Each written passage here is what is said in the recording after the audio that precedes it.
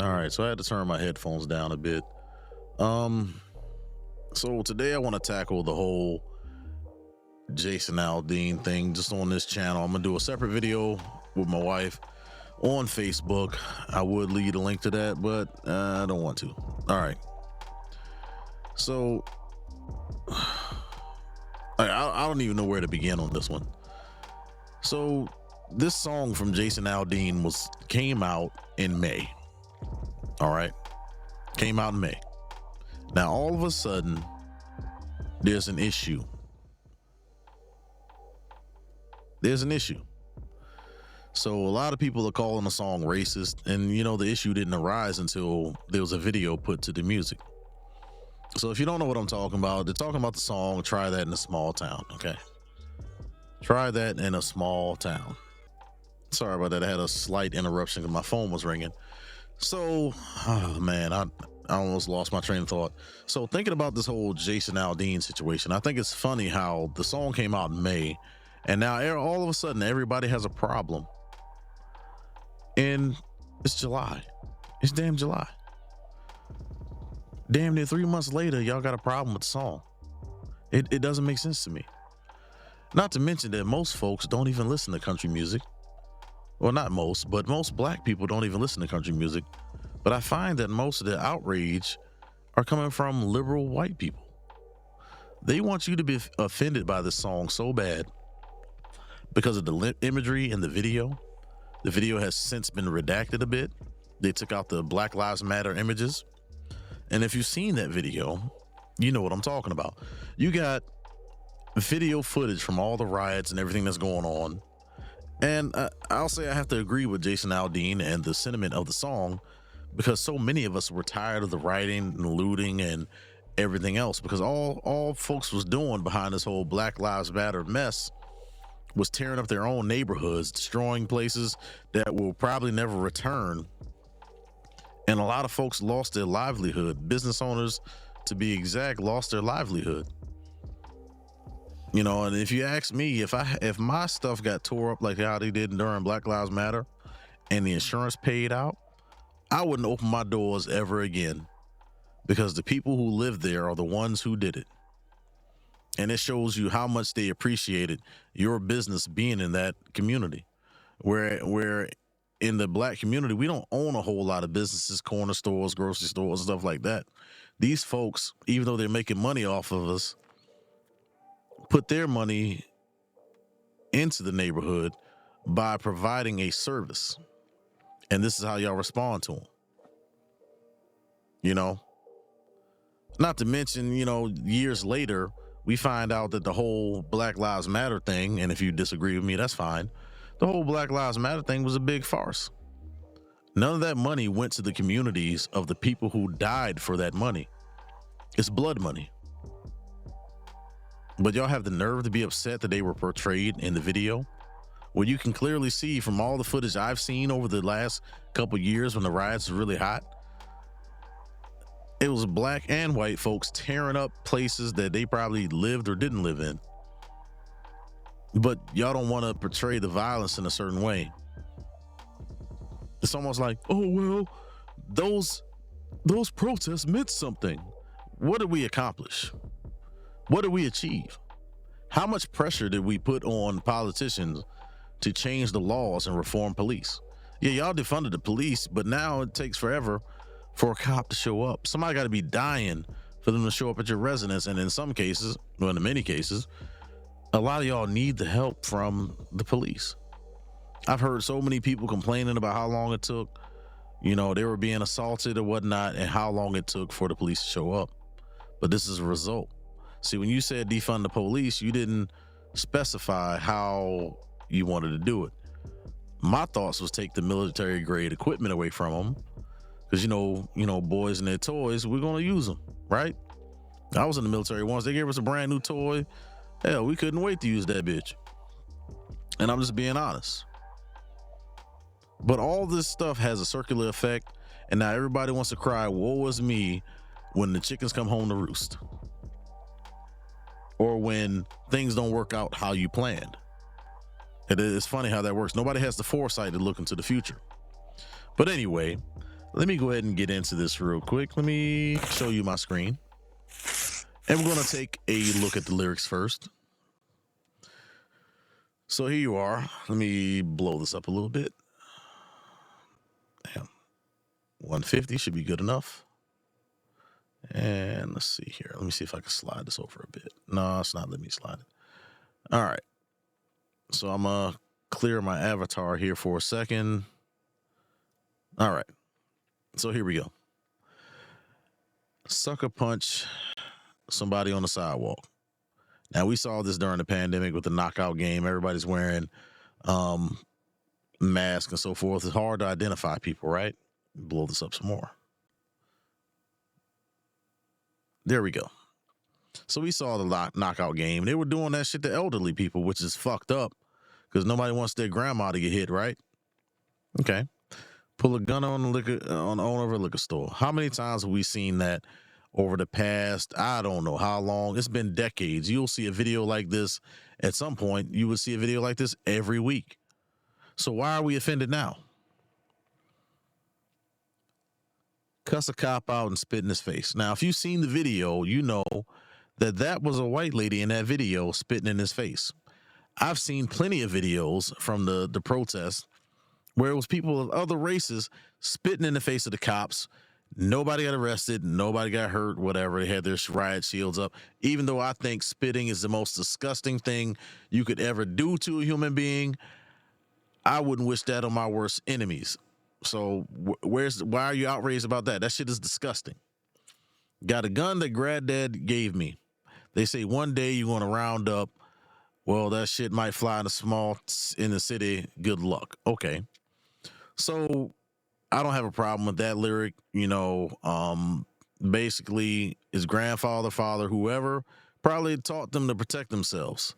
Don't let people from out of town come in here and fuck your shit up. That's pretty much what happened throughout the entire pandemic. Now, you got the chorus here. The song is much slower, is kind of a slow tempo. But if you watch the video, you'll get what I mean. All right. Try that in a small town, see how far you make it down the road. Okay. Don't have a problem with this either, because if, somebody from out of town comes and does something, the hood has the same type of network. If you know people, you know people. They know when you got here, whatever. I've seen this back in Baltimore. So same thing that we do. I don't understand. Now, I see people have, relate good old boys with racists and so forth, but that can mean anything. It may be a bit of a stretch if you try to call that particular racist. It's part of the, then you look right here, raised up right. Okay. Now, okay, racist, obviously not raised up right. So there you go. He kind of protecting himself there. And then he repeats it and repeats it and repeats it, okay? So that's more of the chorus for you. Now, if you've seen the video, matter of fact, let me go over here to Twitter. Now, if you've seen the video, yeah, I get it. They took some liberties with some of the imagery and so forth. But look at this. The brothers are not offended. So why are these daggone white liberals offended on your behalf? It doesn't make sense to me. It really doesn't. And it pisses me off because these are the same people that'll tell you what you should be offended by. And it's insane. Now, this is what I was talking about when they said they removed the Black Lives Matter protest stuff, which I think they shouldn't, because if they should remove the footage, that means that every news outlet out there should have to also remove the same footage. And all they did was use news footage from what was actually going on. I don't care how you show this stuff, what kind of light you show on it. If you are in your neighborhood looting, shooting, and doing whatever else, you deserve to be on TV. We should not forget that some of these same folks that act like they claim, Black Lives Matter were out here participating in the foolishness. You had people traveling from city to city. If it was close by, they were going just to do some bullshit. Both white, black, Latino, whatever. And that's what they were doing. So let me scroll down here. Let me show you what this brother had to say. because this is an older gentleman. I do not find Jason Aldean's song, Try That in a Small Town, offensive, nor do I find it racist. What he's really talking about is protecting traditional values. Some years ago, the Woodson Center also had a full day's conference where we organized around the country grassroots leaders, and the theme was Not Here You Don't, where we talked about the need to protect our community from drug dealers and thugs. I don't see any difference in what Jason is talking about and what we at the Woodson Center talk about, that we must protect our community. I do not find Jason. All right, now it's going to repeat. All right, so from here, you got the elder, the wonderful elder here. Shout out to this gentleman here. I think that's Bob Woods. All right, you had to look at the thumbnail. But shout out to him. He's talking about, that, let me give you a little bit of history lesson. The gangs, the Black Panther Party, and so forth, a lot of those entities were formed to protect their neighborhoods against the violence, the racism of the time, and so forth, right? What Jason Aldean has done in this song is pretty much brought back the sentiment that people need to care about the folks around them, their small towns, their neighborhoods, their cities, and stop with the foolishness. There's a criminal element to our society that says that, and if you agree with these people, you're part of the criminal element that says that you should be able to do what you want, say what you want, express how you feel out in the streets. It doesn't matter. You can't tell them nothing. And it's absolutely wrong. That's almost equivalent to lawlessness. Now, I'll admit that I used to be a knucklehead back in the day, but as I got older, I understood there's a reason for the rules. So while you think that other people shouldn't have to listen to any rules, what happens to your loved ones if somebody walks into their house and slaughters them, and then they throw their hands up like, hey, I should be able to do what I want? And that's the part that a lot of people are not thinking about. And it drives me nuts that no one thinks that far ahead. You're only thinking about the right here, the right now, what makes you feel good, and everyone else around you should be okay with it. Now, I'm going to scroll down here because I saw this before, this is my second take on this video, but I saw this, shout out to the brothers right there that's doing the thing. You have a problem with Jason Aldean's video, but look at this bitch right here. Sell that cat, pop that cat, throw that cat, hit the bills like you better sell that. Now, I had to pause the music. And we okay with Sukiana. Even going on the international, acting a fool, we have a problem with Jason Aldean. Shout out to Jason Whitlock for covering that. I'm going to probably do a review video on this particular video he got right here. Matter of fact, let me go ahead and click on this and bookmark this and hope the sound doesn't play again because I don't want to get, knocked from YouTube. But that's not what I was going to show you. But I scrolled a little further down and I saw something else. I thought this was pretty interesting. Jason Aldean isn't going to see your support post, but guess who does? Your black and brown friends that grew up in small towns and knows exactly how to read between the lines of the song. And that's all I'm trying to do here right now. That's all I'm trying to do is show you, read between the lines, care about your neighborhood, care about your family, your folk, your friends. Don't promote any of this foolishness. And if you have family members that you're constantly turning away from, like, hey, I don't see nothing, you're part of the problem. Let's see, where is that there's another post I wanted to look at. All right, here it is from CJ Person, right? Black man. Rappers talk all the time about what will happen if you come in their hood. What's wrong with Jason Aldean and country music doing the same?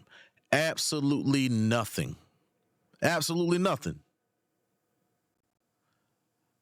Outrage from our community makes us look like hypocrites, especially when you're talking about WAP, this thing pink, this thing brown, and I don't need no man, I don't need this, I don't need that.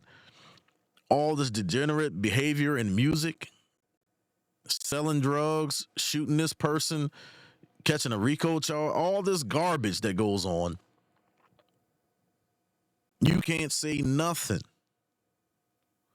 Now, Back in the day when I used to listen to old school rap, they talked about what was going on at the time, things that was happening in the hood.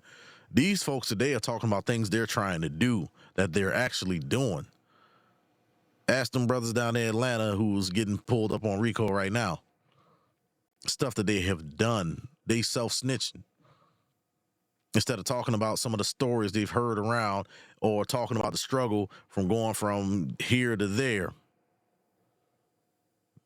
But this man is talking about all the foolishness that's going on. We as a society, we are crumbling. We got folks arguing about what a woman is.